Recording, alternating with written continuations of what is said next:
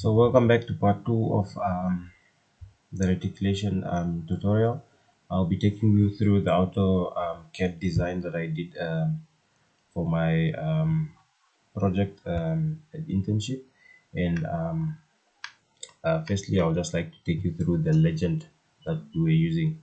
So this is just a legend. What you need to be familiar here with is your miniature sub, your kiosk, your different cable length, your different cables indication basically, um, your overhead pole structures, your street lighting, your sleeves, and the basic specifications or referencing sheet. So I'm just gonna take you through one particular street or for one miniature sub, although I am going to explain to you most of the things so that you guys are not in confusion. So what would happen is you would get drawings from an architect like this, plain ones, and you will draw all the particular things that you see in this particular drawing, and you'll also get an indication from the city of Windhoek or wherever you are doing your reticulation project as to where the main load center is. So for the city of Windhoek, the 11 kV substation load center is particularly at the indicated place for this particular drawing. So what I'm gonna do is I'm gonna go to my MV equipment, and I'm gonna delete everything else that we don't need, just so I explain to you one particular fundamental when it comes to miniature subs.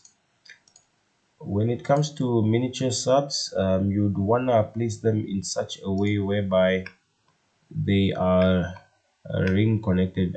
Basically the reason why you don't see some of the lines here is because I've taken them out, but what you would want to have is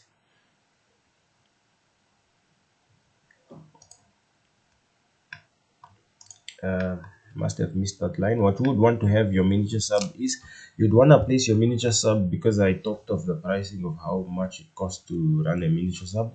You'd want to have your miniature sub situated to the area like this, in such a way whereby, yeah, that miniature sub, you can take a feeder cable from it, you can power this side of the air vents here, you can power this side of the air vents, you can power this whole side of the air vents, and you can power this whole side of the air vents.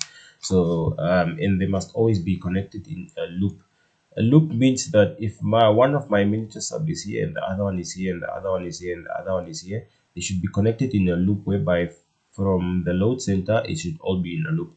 In such a case whereby if this line from miniature sub 1 here has a fault on it, then I can supply still this kiosk and these houses while repairing this line through the other side, so nothing goes off really. So that's the uniqueness of placing the miniature subs, and you would want to make sure that you place them in that vicinity area, and the other specifications are according to the town council specifically. I'm just going to take you through one particular miniature sub, and it's the rest of that information is the same for other miniature subs.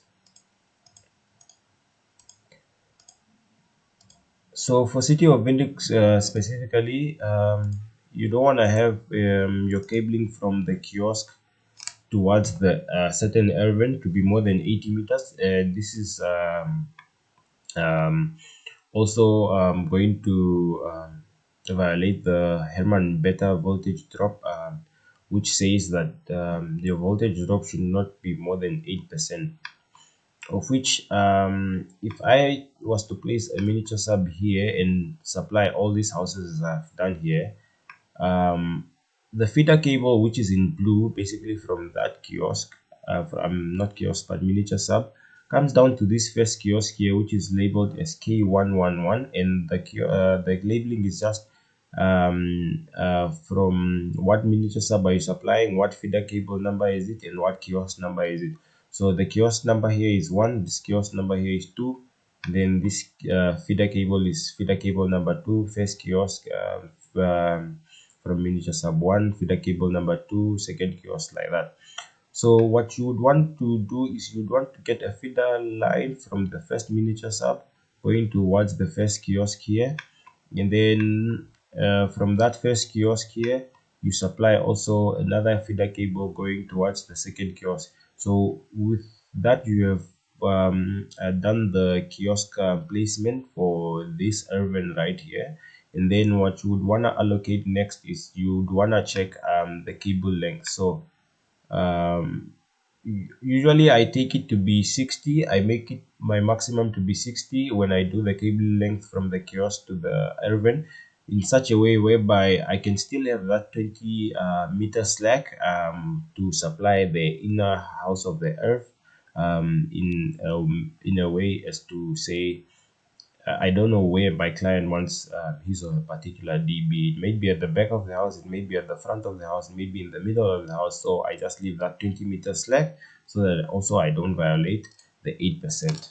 So if I go down to list here, you can see that my cabling is 74 meters, and it's fine because I still have that 6 meter slack, and I know it's gonna accommodate for that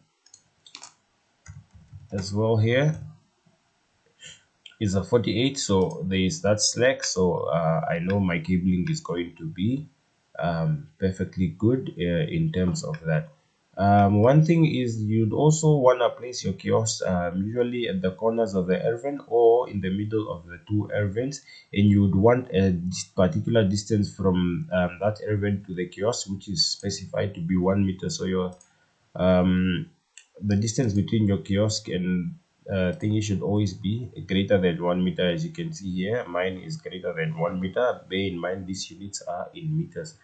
So then I've done a good placement of my kiosk. I've done good um, supply to the kiosk, and now it's time for me to do the phase balancing. So the phase balancing, I'll start with the first kiosk, first feeder cable, and I'll usually go as to RYB, RYB. Given that this is my first miniature sub, I would go to the first kiosk and I'll start where the RYB is, and I'll follow it through until I go on. So as you can see here, it starts off as RYB, RYB, RY. B R Y B R Y B R Y B R Y B R. And then since I've ended with R here, when I'm going to start on my second kiosk, the second feeder cable, I'm going to start with Y because I have chosen that pattern to be my new pattern. So that will be Y, and then it goes on like Y, RYB, RYB, and then it goes further on. So I'll record a separate video as explaining as to how we usually do the phase balancing and why we do it this way. It's different from how people do it. Some people would like to just use a circle like this, like what I've done here, and note down which one is which urban is connected to the Y phase. Or some people will use a different cable um, lighting or color, but I find the lighting color to take much time, and we as engineers, we don't like to waste time, so this is much more applicable to me, although some people might have it different. So after you are done and you have done for all the streets and all the houses like I did here, bear in mind I was only doing the portion in red. You would then be required to tell us, let's say on miniature sub 1 here, you would then specify what kVA are you taking for that miniature sub, and how many houses are connected to the red phase. There are 22 houses here, you can see. Then on the blue phase there are 22 houses, and then the yellow phase there are 21 houses. So my phase balancing for all those houses is in check. And then from this drawing schematics here, I also know the type of fuse I'm going to use for that specific kiosk. And then the feeder cable is here, and then seeing that this is the first feeder cable, it goes to the first kiosk, which I have given you an example of. I can see that my first kiosk has got 3 houses connected to the red, 3 houses connected to the yellow, and then three houses connected to the blue face. And I know the cable, the type of cabling that I would use there, and this is due to the Herman beta voltage drop that I have calculated in Excel.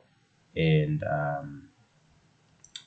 it goes on for the second kiosk here, so it must all make sense to you. So this is the second feeder cable. So you can see it's from the first miniature sub, second feeder cable, kiosk 1, and then this is kiosk 2, and then this is kiosk 3. So it goes on like that, and until you finish all the miniature subs that you have configured, as you can see here. And just roughly based on statistics, I know these miniature subs are going to cost me around about 2 million, although it's not the exact number. I'm just giving you a rough estimate as to what that number is.